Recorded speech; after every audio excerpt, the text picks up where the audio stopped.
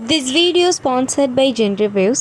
நீங்கள் smart watch laptop இந்த மாதிரியான எலக்ட்ரிக்கல் டிவைஸ்லாம் ஆன்லைனில் ரிவ்யூ செக் பண்ணிட்டு வாங்குகிற பர்சனாக இருந்தால் இந்த வெப்பேஜை விசிட் பண்ணி பாருங்கள், உங்களுக்கு யூஸ்ஃபுல்லாக இருக்கும்.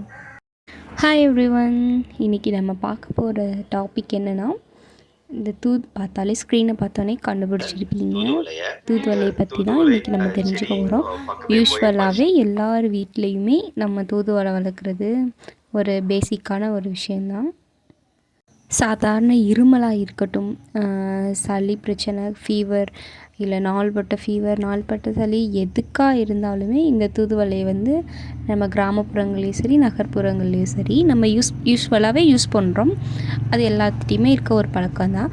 ஸோ இந்த தூதுவளையை பற்றின சில முக்கியமான ஃபேக்டை பற்றி இந்த வீடியோவில் நம்ம தெரிஞ்சுக்க போகிறோம். ஓகே கைஸ், வீடியோக்குள்ளே போகலாமா? தூதுவளைகளை ஒரு ஆரோக்கியமான மூலிகை செடியாகும்.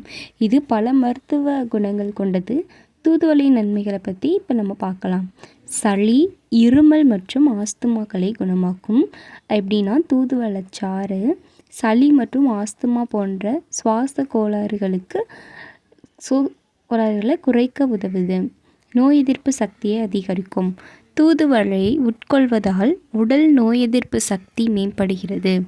நோய்களை எதிர்க்கும் சக்திகளும் கிடைக்கிறது. கபம் மற்றும் மூச்சு திணறல் கட்டுப்பாடு. கபம் மற்றும் மூச்சு திணறலுக்கு தூதுவளை மூலிகை மிகவும் பயனளிக்கிறது. அதே மாதிரி வறட்சியை நீக்கும். உடல் சூட்டை குறைத்து உடல் மற்றும் தொண்டை வறட்சியை தடுக்க உதவுகிறது. சர்க்கரை நிலை கட்டுப்பாடு. இயற்கையான முறையில் இரத்த சர்க்கரையின் அளவை கட்டுப்படுத்த உதவியாக செயல்படுகிறது. தலைவலி மற்றும் உடல் வலி நிவாரணம். சத்துக்களை சேர்த்து செய்யப்படும் கஷாயம் உடல் வலிகளை குறைக்கிறது. குளிர் மற்றும் காய்ச்சலையும் இது குணமாக்கும்.